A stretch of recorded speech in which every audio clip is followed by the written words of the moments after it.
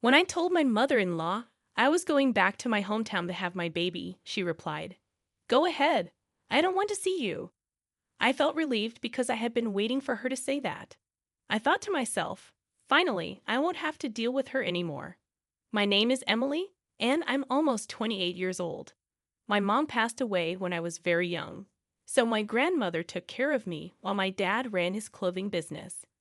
My dad was strict, and I always did what he said. I never dated anyone because of his rules, but I had accepted that as my fate. After college, I briefly worked for my dad, but he said it was too hard to work together, so I had to quit. He didn't want me to work elsewhere either, but seeing my friends get jobs and start families made me want to work too. One night, I asked my dad if I could get a job. He simply said no without explaining why. I tried to reason with him, saying I needed to gain experience in society, but he shut me down. He insisted I stay at home. Frustrated, I threatened to leave home and find work elsewhere. My dad didn't like that and told me to stop talking back. Feeling upset, I stormed out and cried in my room for a long time. Eventually, I called my college friend Lisa and asked if I could stay at her place for a while. Lisa, who lived in a luxurious condo her parents gave her, agreed, sensing something was wrong.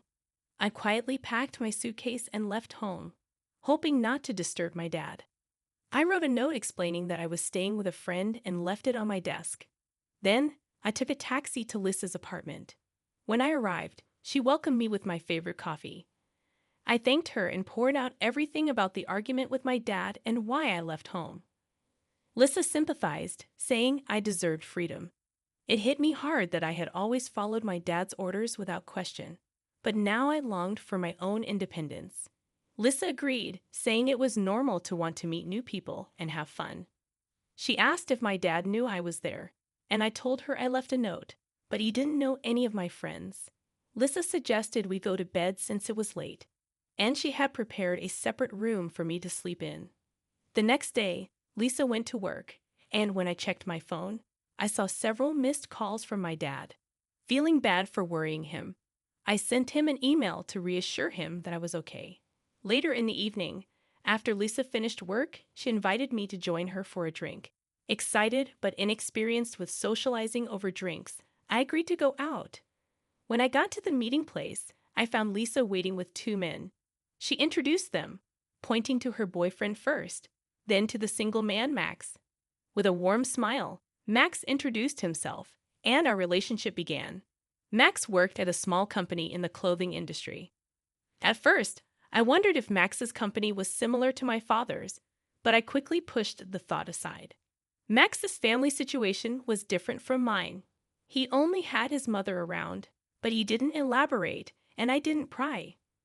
One day, Max expressed his desire to meet my father, but I wasn't ready to go back home yet, despite exchanging emails with my dad. Instead, I suggested meeting Max's mom. He eagerly agreed, even suggesting we could visit her that very day.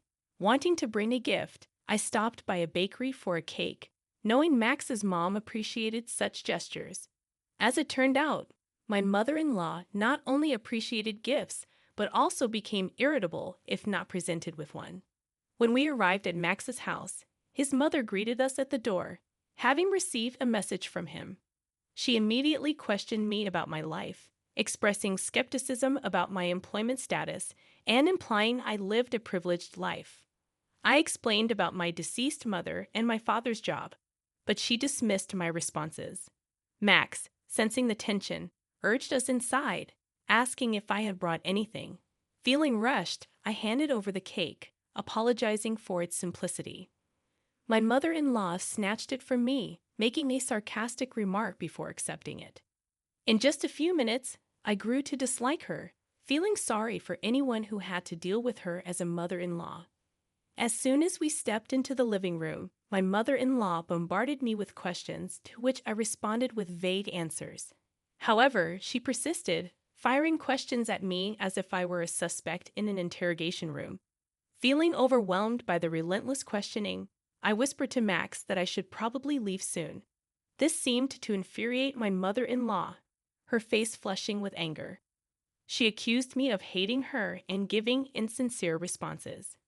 Max tried to calm her down, but she lashed out, questioning his choice in bringing such a supposedly rude woman home. Annoyed, I defended myself, asking for specific feedback if there was something I could improve. This only seemed to aggravate her more, as she accused me of being cheeky and disliking her. I wanted to agree, but I just couldn't. I'm exhausted and longing to go home, I explained. My mother-in-law's response caught me off guard. How audacious of you. I wonder what kind of upbringing your parents gave you. They must have been lacking. Her words stung, and tears welled up in my eyes. Now you're crying for sympathy. If you want to leave so badly, go ahead. It might do you good. Oh, and by the way, I'll give this cake you brought to my dog Charlie, but he's quite picky, so he might not eat such a cheap cake. She pointed at the cake I had brought. Max intervened, telling his mother to stop. You really don't know how to judge people, he scolded her. Max's remarks seemed to deflate his mother's argumentative energy. All I want is the best for you, Max, she countered, her tone softer. Max stood his ground, asserting his adulthood and his ability to handle his own affairs. His words brought tears to his mother's eyes, and she left the room, visibly upset. Feeling hurt by the harsh words of Max's mother, I decided to leave. However, Max caught up with me and apologized sincerely. Emily, I'm sorry for my mom's behavior. She might be feeling threatened, thinking she's losing me. I'll talk to her about it, okay? Please don't let this incident discourage you from visiting again. His words reassured me, but I couldn't shake off the hurt caused by his mother's comments about my parents. Max, what your mother said about my parents really hurt me. I don't think I want to see her again. As the sadness washed over me, tears welled up, and I found solace in Max's comforting embrace. After a while, he suggested we go somewhere, and we ended up at the beach, sitting on a sandy bench, watching the waves for hours. 2 months later, I discovered I was pregnant. When I shared the news with Max, he proposed marriage. Let's make it official. We don't need a grand ceremony, but we can live together in my house. I don't earn much, so renting an apartment isn't feasible. I'll talk to my mom about being more considerate towards you, Emily. Despite my reservations about living with his mother, I agreed, realizing it was our only option. Okay, I'll do my best to get along with your mother. And so, I found myself living with my mother-in-law after getting married. I returned home to inform my father about the decision. His face lit up with joy when he spotted me. It's wonderful to see you looking so well. We've been in touch, but it feels like ages since our last meeting. My father greeted me warmly. I'm sorry, Dad. I have something important to discuss with you, I replied, sensing his anticipation shift to curiosity. I proceeded to share the news of meeting Max, my pregnancy, and our plan to marry. My father listened intently, his expression unreadable. When I finished, he offered a simple, "Well, congratulations. I can't wait to meet my grandchild," though his smile seemed strained. "Thank you, Dad. I'm sorry for causing you any pain," I apologized, tears streaming down my cheeks. To my surprise, my father's eyes glistened with tears too. Instead of anger, his tender response hurt me more deeply. Eventually, I moved into my mother-in-law's home. Lisa, who had been a pillar of support since I left home, expressed her excitement about meeting my baby and shared her own hopes for marriage. Despite the mixed emotions, we made plans to dine together. Originally scheduled for Sunday, my mother-in-law insisted on moving the date to Saturday, citing superstitions. The move went smoothly, with the movers diligently transferring my belongings while my mother-in-law observed silently. Despite repeated warnings from the movers about the danger, my mother-in-law refused to step back. Once the move was completed, she called me over and questioned if I had given the movers their due payment. Confused, I asked, "Huh?" Sensing my confusion, she assumed I was feigning ignorance and left to rectify what she thought was a mistake. When she returned, she handed an exorbitant sum to the movers' leaders, assuming I hadn't provided enough. Stunned by the amount, I questioned her decision. "You gave them that much?" I exclaimed. She brushed it off. claiming it was for the best and citing superstition about avoiding curses by being generous. Knowing it would only lead to another argument, I remained silent, unwilling to engage further. My mother-in-law wore a smug expression, convinced of her righteousness. Just then, Max arrived and noticed the tension. He intervened, asking his mother what had happened. With a dismissive reply, she walked away. Max reassured me, expressing his disapproval of his mother's behavior. Grateful for his support, I decided not to mention the incident to avoid further conflict with my mother-in-law, knowing it would only worsen our relationship. After settling in, my mother-in-law noticeably avoided speaking to me, leaving me in peaceful silence for weeks at a time. One day, Max brought home some work documents in an envelope marked with the name Star Textiles Incorporated, causing me to gasp. This was a familiar name from my time working at my father's company. They were one of our subcontractors. Curious, I asked Max about the envelope's origin. "Is this from your company?" I inquired innocently. "Yes. Why do you ask?" he responded. Sensing it was best not to mention the connection between his company and my father's, I simply replied, "I was just curious. I realized I don't know much about your company." Max explained, "We're just a small subcontractor. If our parent company were to drop us, we'd go bankrupt instantly, and all the employees would lose their jobs." Max chuckled softly, a hint of nostalgia in his expression. Around a month later, I noticed a change in Max's routine. He started returning home from work later than usual and seemed visibly upset. Concerned, I asked him what was wrong. "You've been coming home late lately. Is everything okay?" "You seem different," I inquired. Max confessed, "The company is facing some challenges." "What kind of challenges?" I probed further. Max sighed. "The parent company unexpectedly slashed our orders by half. Our boss is desperately trying to convince them to maintain our business relationship. And we're also searching for new clients. But if things don't improve, we might go bankrupt." As I listened to Max's worries, I considered asking my dad for help. However, I knew my father's strict principles wouldn't allow him to assist a business partner based on personal feelings alone. It seemed like many of the company's partners were facing similar hardships. I disclosed to Max that my father's company was the parent company of his. Initially surprised, Max pleaded with me earnestly, his eyes gleaming with hope. "Emily, please implore your father not to cut ties with us," he urged. Regretfully, I explained, "Max, my father is firm when it comes to business. Personal matters wouldn't influence his decisions." Desperate, Max persisted. "Could you at least try?" Reluctantly, I agreed, knowing it likely wouldn't sway my father. Yet Max knelt before me, tears in his eyes, begging for help. "Please, I beg you," he pleaded. Frustrated, I implored him to stop, but I promised to speak to my father nonetheless. As Max lifted his head, tears of relief streamed down his face. That night, I called my father and relayed Max's plea. Surprisingly, my father agreed to help. "So, Max works for Star Textiles Incorporated? Then I must assist them," he stated. I was taken aback, expecting him to decline outright due to his strict business principles. However, he outlined two conditions. First, he would continue business with Star Textiles but wanted Max to join his company.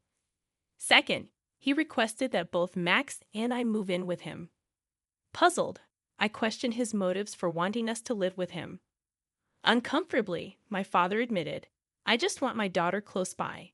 I accepted his conditions but sought clarification on why he had decided to reduce dealings with Star Textiles initially. He explained that a new company had offered an enticing proposal, prompting the shift in partnerships. Upon conducting some research, we discovered that the new company my father intended to partner with had a history of unfulfilled promises, prompting us to reconsider the deal. So, Star Textiles would have been fine even if I hadn't intervened? I asked, amused by the irony. "Maybe," my father chuckled, and I couldn't help but laugh along. After hanging up, I promptly informed Max of my father's conditions. He sighed with relief at the news that Star Textiles was no longer at risk, but expressed hesitance about joining my father's company. It's difficult for me to leave Star Textiles, Emily. I've built strong bonds there, and am unsure about starting anew, he admitted. Respecting his decision, I relayed his sentiments to my father, who acknowledged Max's dedication and allowed him to remain at Star Textiles. However, he remained firm about us moving in with him. Delighted by my father's decision, I cautioned Max not to disclose my father's involvement to his mother, knowing she would disapprove. He agreed, understanding the importance of keeping it a secret. Weeks later, as the time for our child's birth approached, I made the decision to return home. Despite having only my father and grandmother there, it felt preferable to staying with my mother-in-law. Waiting for the opportune moment when my mother-in-law was occupied with her afternoon tea, I approached her to break the news. Mother-in-law, regarding my childbirth, I've chosen to go back home.